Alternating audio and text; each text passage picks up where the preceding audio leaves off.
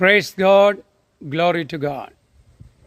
The Bible contains lot of prophecies regarding the world and human being and regarding the nature.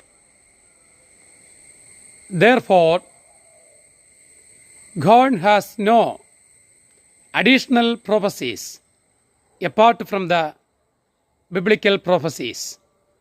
What is revealed through the Bible is the biblical prophecies.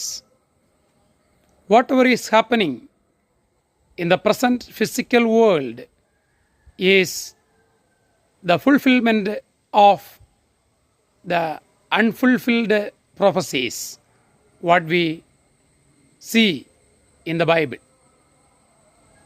So, my dear ones, let no false prophets deceive you, and do not be deceived by the false prophets and false biblical teachers or Bible teachers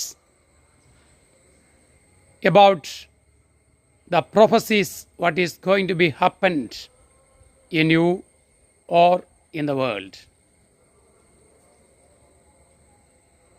Always believe in God, in Christ, and on the written word of God. That is what the Bible says. May the good God bless you. കർത്താവിന് മഹത്വം. ലോകം, മനുഷ്യൻ, പ്രകൃതി എന്നിവയെക്കുറിച്ച് വളരെ വിശദമായ പ്രവചനങ്ങൾ ബൈബിളിൽ ആദിയുടെ അവസാനം നമുക്ക് കാണുവാൻ സാധിക്കും.